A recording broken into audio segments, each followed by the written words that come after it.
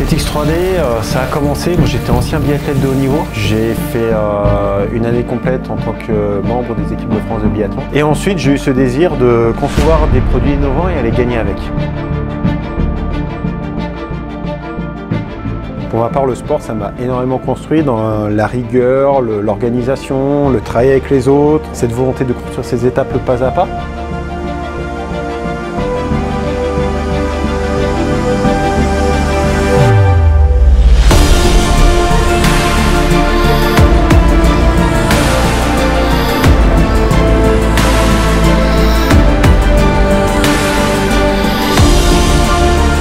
Cette pièce en particulier, c'est la première pièce qui a été conçue par un athlète à 100%.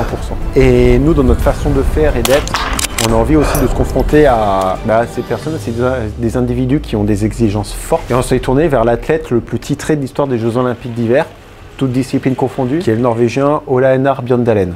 Bjørndalen, c'est la personne qui m'a dit voilà, tu as un gros point fort sur l'ergonomie, concentre-toi là-dessus. Et ça a commencé ici, donc sur la plateforme Smart, avec des personnes qui ont voulu accompagner des dynamiques nouvelles, d'oser penser grand, de concevoir des produits innovants. Et la bascule s'est faite aussi avec le C-Team. Puisque après avoir dessiné les premiers designs de cette pièce qui est utilisée par Bjørndalen, il y a eu une recherche de traitement de surface au travers de différentes technologies de fabrication additive disponibles, que l'on a mis en place avec le C-Team. On a tout de suite été séduit par les objectifs et les challenges qu'il pouvait y avoir dans son projet. La complexité, c'était de trouver un procédé qui permette de fabriquer précisément cette pièce, cet éjecteur qui a une forme très complexe, et de la fabriquer dans les matériaux innovants comme du titane, et avec un cahier des charges en termes d'état de surface, de précision, j'irais assez pointu, avec une résolution, une qualité plus importante que sur des procédés de fabrication additive classiques. Et là, on a utilisé les dernières technologies qui permettent d'arriver à cette qualité de pièce.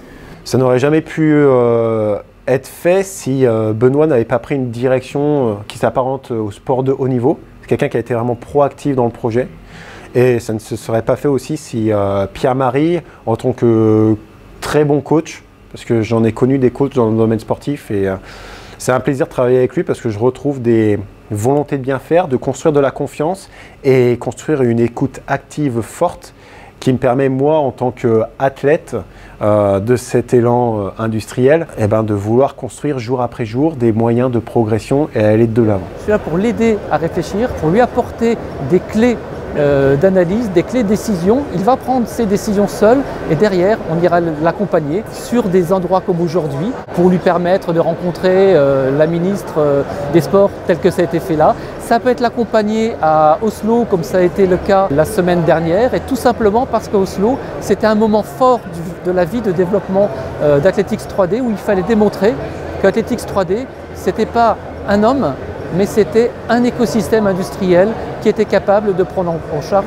l'ensemble de la chaîne de valeur pour aboutir à un produit qui permet aux athlètes de tirer les meilleures performances qui sont possibles dans le moment. Souvent on me dit mais pourquoi tu as arrêté le sport de haut niveau? Alors c'est vrai, j'étais champion du monde de biathlon, ça passait super bien.